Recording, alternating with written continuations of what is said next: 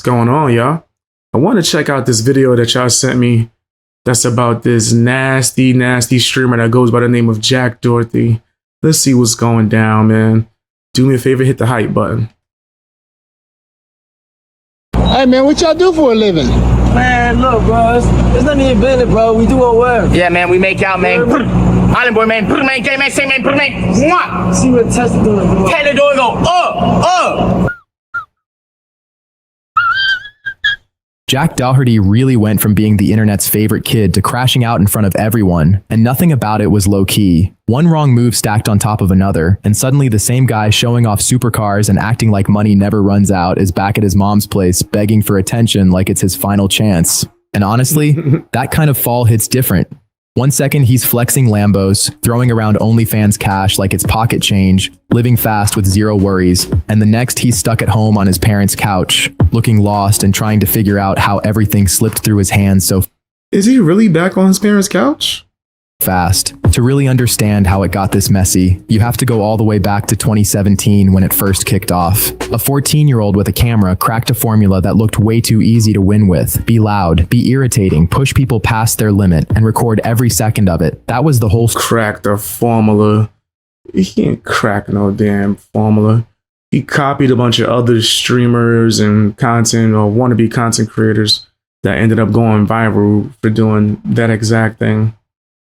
Like, people act like Ice Poseidon didn't exist and a whole plethora of other people. strategy. He would walk up to random people, keep crossing the line again and again, just waiting for someone to snap. And the more awkward and tense things got, the more views he pulled in. It wasn't even just pranks. It felt more like psychological games disguised as content. Mom, I love you. But they want to know, when are you dropping your OF? Me? No. Oh, God, please, no! No! And the algorithm ate it up. By 2019, the numbers were out of control. He was pulling in somewhere between $40,000 and $60,000 every single month just from ad revenue alone. Then you stack on brand deals, energy drinks, random mobile games, promos clearly pushed by people who never even cared about his content. And suddenly he's pulling in six figures like that's normal for a teenager. That kind of money changes how you think and how fast you can lose everything. But for Jack Doherty, it didn't calm things down. It pushed him even deeper into a lifestyle that was almost designed to fall apart. First came the mansion, not even owned, just rented for $30,000 a month because waiting wasn't his style. Then the cars started showing up one after another. A McLaren 720S, a Lamborghini Aventador pushing close to $500,000, multiple G-Wagons, and even a Rolls-Royce he claimed was worth $400,000. His audience watched all of it like proof that the dream lifestyle was actually real. Fast cars, huge houses, money coming in easy.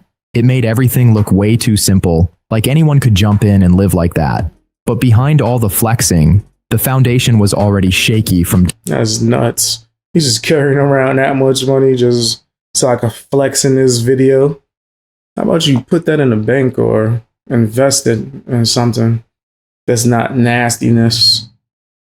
Guess you gotta live like this is gonna last forever, right? Whenever you're in his niche. day one. By 2022, that same prank formula just wasn't hitting anymore, and the money he got used to started slowing down hard. The game was shifting, and Jack didn't see it coming until it was already too late. YouTube's algorithm He thought he was Jake Paul.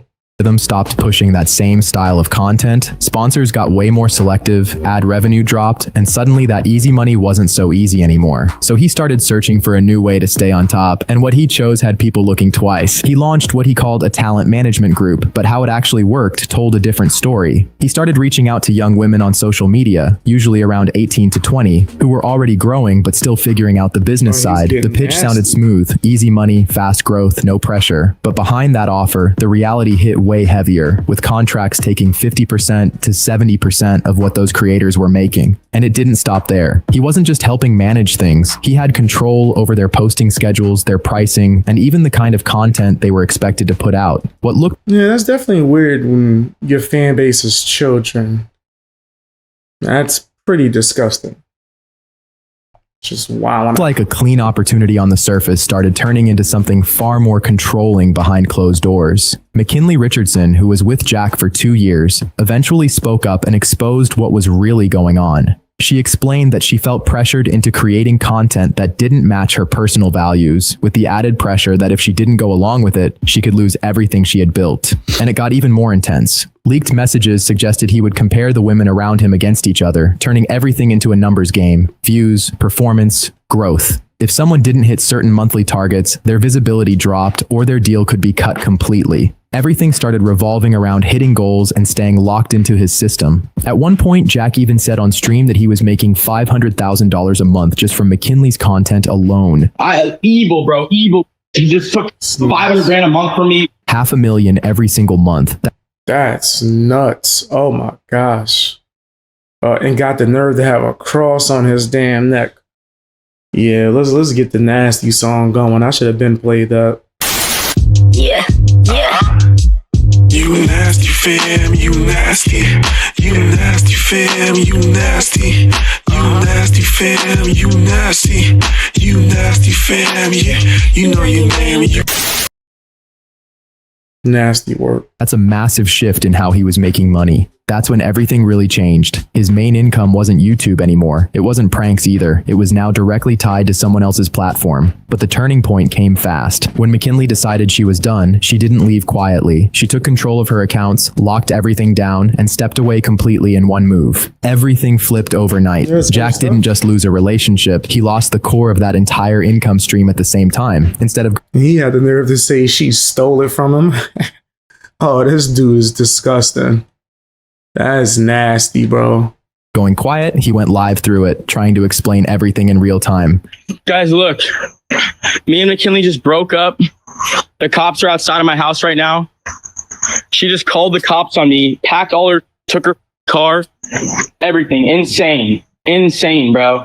I can't believe I dated that for the past 2 years, bro. It doesn't even seem real. He sat there for hours going through receipts, saying he did everything for her and that she was lucky to even be with him. It wasn't just a breakup. It turned into a public meltdown. He really treated his own girlfriend like part of a business strategy and somehow still lost control of everything. But McKinley wasn't the first to walk away. She was just the last piece holding everything together before it collapsed. I've done everything for this girl more than I've done more for this girl than I've done myself. She's changed me so much, and I make so many sacrifices for her. You guys seen, like, I sacrificed my content for this girl. Like, I sacrificed my business for this girl. I made her my business. Like, I put all my time into her. The moment the views dropped and the money started slowing down, reality hit hard. That entire image built on hype, fast money, and shaky ground started cracking. And this is where things got messy. Even with those income streams disappearing, Jack kept spending like nothing changed, around $90,000 every single month, while his YouTube income had dropped to maybe $15,000. That kind of gap only gets worse the longer you ignore it. Bills were stacking up, rent was due, people working with him needed to be paid, and those luxury cars weren't cheap to maintain. The pressure built quickly, and his options started running out. So he made a move. When influencers get desperate and steady money disappears, they start chasing fast money. That's when crypto entered the picture. He figured out how easy it was to launch a token. Of course. They looking for any quick little shebang that they could get their money with. That's nasty. But yeah, there's a lot of these losers that don't really have talent that would do, I guess you could say, like either rage bait or clip farming and things to get their popularity. And once that ship sells and they can't do it anymore because people are tired of it, and that niche and in that world is temporary, bro. How many people have you seen go viral on certain platforms and they don't exist? They like a internet history video. Do you remember the person that said this? Whatever happened to D's Nuts guy from Instagram? What happened to this nigga? Disappeared, right? There's a plethora of these types of people, especially within the streaming world. So once that money dries up, if you can't find a way to keep the money going like Jake Paul has, then they gonna try to get their money anyway. And mind you, I think, wasn't Logan Paul involved in some kind of coin? Yeah, it's pretty nasty. Package it like an opportunity and sell it to an audience that trusted him. He dropped a meme coin on Solana and pushed it everywhere. Posts, promos, nonstop hype. Okay, guys, today's going to be the craziest day in crypto meme coin trading history. I'm very excited for today. I'm holding to $100 million market cap on live. So make sure you guys tune in. You don't want to miss it. The promises kept getting bigger, talking about massive returns and early access. He even shared screenshots showing huge gains, brought in other influencers to boost the image, and hinted that major exchanges might list it soon. It all looked legit on the surface. And for a moment, it actually worked. The price shot up fast, and people thought they got in at the perfect. I bet you they rug pulled.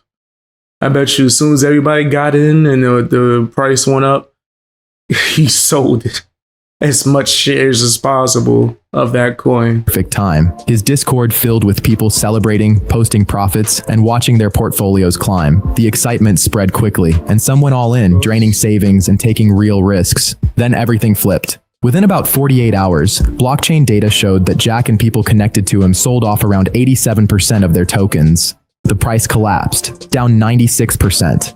The value disappeared almost instantly, and people who trusted him watched their money drop to nearly nothing. Estimates suggest around $2.8 million was lost by his audience, while he walked away with roughly $1.2 million. One move, and there was no undoing it. The crypto space didn't hold back either. Many called it one of the most obvious rug pulls of 2024. But Jack moved like he was untouchable, shifting money and acting like nothing could reach him. But while he was focused on that, something bigger was already building behind the scenes. October 15th, 2024, that's when everything started falling apart. Jack was live on Kick, driving his McLaren through downtown Miami in heavy rain, the kind of conditions where most drivers slow down. He didn't. The speed climbed to around 78 miles per hour, and that's when it went wrong. He lost control. The car hydroplaned for about 150 feet before slamming into a barrier. The impact was brutal. The frame bent, airbags deployed, and the entire scene was wrecked in seconds. It could have been worse, but what shocked people most wasn't just the crash. It was how he reacted. Instead of focusing on safety or checking on the cameraman, his attention went straight to the stream. He stayed live for another 8 minutes while emergency crews were on the way. Hey, listen, man. I just tracked my phone. This is disgusting, bro. He didn't care about nothing besides getting them clicks and views and money. I lost 200 grand. I need to make my money back somehow. During that time, he was reading comments, Wow. What about your life? What about the camera guy's life? reacting to viewers, even telling people to boost the likes because of the crash. The clips spread fast, pulling around 15 million views across platforms within hours. The attention was massive, but so were the consequences. Kick banned him permanently for putting lives at risk on stream, cutting off an estimated $70,000 a month. And it didn't stop there. Brands started pulling out immediately. Energy drinks, mobile games, fashion deals, tech sponsors. No one wanted their name tied to something that reckless. And the losses kept stacking up. Between October and December 2024 alone, he reportedly lost around $1.8 million in sponsorship deals. Then things got worse. His insurance claim was denied, classified as reckless behavior tied to content creation. That decision hit hard, and now he wasn't just dealing with lost income. He was facing over $400,000 in immediate expenses, medical costs, car replacement, property damage, legal fees, and lawsuits all at once. That kind of pressure hits instantly, and there was no way his remaining money could keep up. The mansion was gone. The cars were repossessed. The team around him was let go. Everything that once looked untouchable started disappearing piece by piece. See, this is what happens, bro. You live in that dummy life. You out here just trying to do anything for the clicks and views. Yeah, this is what's gonna happen. Next thing you know, he's gonna be doing a stream with Johnny Somali. Till the only place left was his mom's house. Some people still say it's a joke, like it's all part of a bit. But looking at everything that's happened, it doesn't feel like one. The pattern had been building for a long time. You just couldn't ignore it anymore. Even now, he's still trying to pull attention back, offering money for follows, writing usernames on his wall, teaming up with random creators just to stay visible. All right, Island Boys, kiss or slap? Kiss. Kiss? Kiss. Okay, all right, go. But it hits differently now. What? Why would you? What? Why? What was that? What? Oh my gosh! Because he knew he was going to get a reaction. That's why he did that. If you guys don't know about the Island Boys, they do nasty videos. At this point, it's clear the old methods aren't working. Going back to the same style of content, approaching random people and pushing boundaries, doesn't land the same. Because now people aren't watching for entertainment. They're watching to see what happens next. And that shift changes everything. This isn't just about Dumpster fire.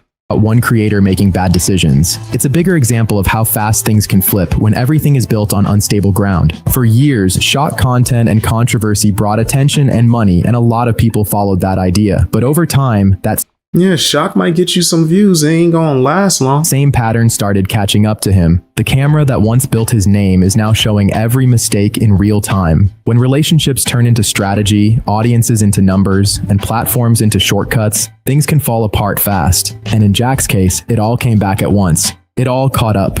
If you want more stories like this, Yeah, he's a weirdo. He's a straight weirdo. Personally, I do think that when you cross those lines, bro, I ain't never gonna feel bad for you. Never gonna feel bad for you. Straight nasty, word up. He was bugging out. Like, yeah, he's doing anything for the clicks and views. But tell me what you guys think down in the comment section. Hit the hype button. Watch more videos. Knowing me, I dropped a bunch today, so check for me every day. And join Discord. You can find that on the homepage. Join Discord.